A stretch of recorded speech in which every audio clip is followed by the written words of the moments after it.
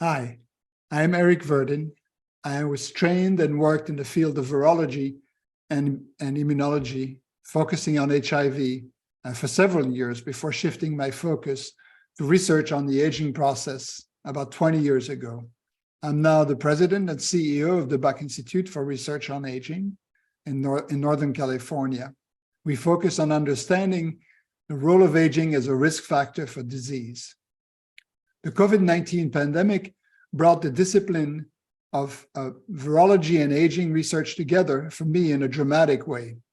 Indeed, while SARS-CoV-2, the virus that causes COVID-19, infects young and old without any distinction, the outcome is very different in these two populations, with the older among us showing dramatically increased risk of hospitalization and death in comparison to younger patients.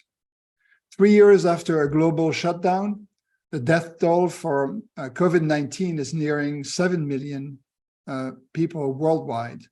Even though the virus appears here to stay, most people have resumed their normal lives, thanks to a barrier of immunity built from infection and from vaccinations.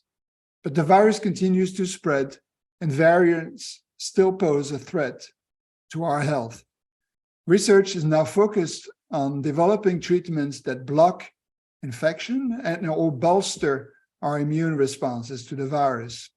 Understanding the key role of the immune system and its aging in our response to viruses such as COVID-19 and the flu is a key priority of our work. There are also things that each of us can do now to increase our chance of surviving and even thriving in a world that seems to be increasingly under threat from pathogens.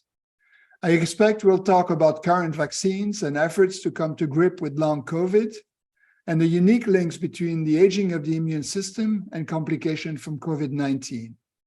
We'll have a free-ranging conversation with Chris Rebillot around the 5 things that I have learned about COVID-19, aging, and the immune system. Please join us.